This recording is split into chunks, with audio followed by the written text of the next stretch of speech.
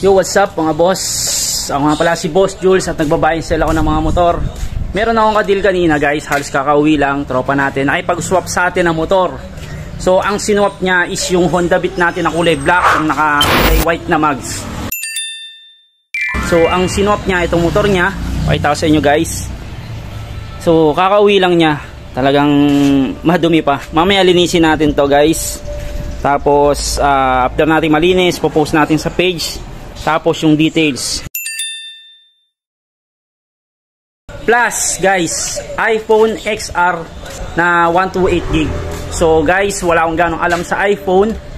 Pero bago naman to ginaw yung transaction na to, is nanood ako ng mga video at mga ilang tips kung paano ka bibili ng iPhone. So ito yung 5 tips na tinandaan ko sa napanood kong video guys.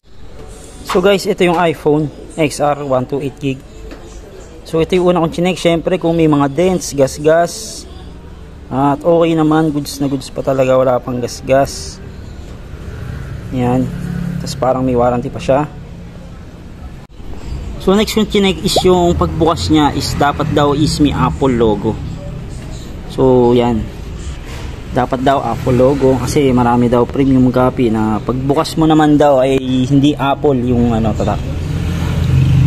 So guys, ang next nating chinek is yung kanyang battery health. Isa daw yun sa pinaka-importanting i-check pag bibili ka daw ng iPhone. So check natin. Punta tayo sa battery. So ayun guys, itong battery health dito. So guys, nakita ko naman siya is 100% pa, kaya goods na din to guys. So next natin chinek is yung kanyang model number. So sa model number dapat daw letter M yung simula nung ano, kasi pag letter M daw is ano tawag doon, brand new ba daw yun. So next natin tinignan is yung kanyang true tone na tinatawag. So dapat daw gumagana yan. Ayan. True tone, ayan, gumagana naman. Ba't kailangan i-check yan? Para daw malaman kung pinalitan na daw yung LCD. Kasi karamihan daw pag pinalitan ng LCDs, hindi na daw gumagana yan. So okay naman guys, okay na may true tone nya. Next natin is yung kanyang Face ID, kung gumagana. Set up Face ID to get started. Ayan guys, oh. Ayan guys, nakita nyo guys. Ayy, yun. So yan guys, gumagana yung kanyang Face ID. And lastly, chinek natin kung naka-open line yung no SIM registration. Yan yung carrier lock.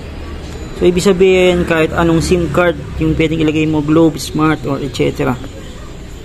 So yan yung ilan sa mga tips na napanood ko sa pagbili ng iPhone.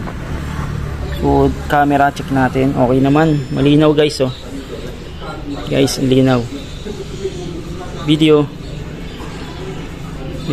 slow mo pala, ayan, video. So check natin, ayan guys, linaw guys. So ayan guys, no, nakita nyo yung status ng iPhone XR na sinop sa atin. So ano masasabi nyo guys? Comment nyo naman kung okay ba yung deal natin, panalo ba tayo o talo. Let's go.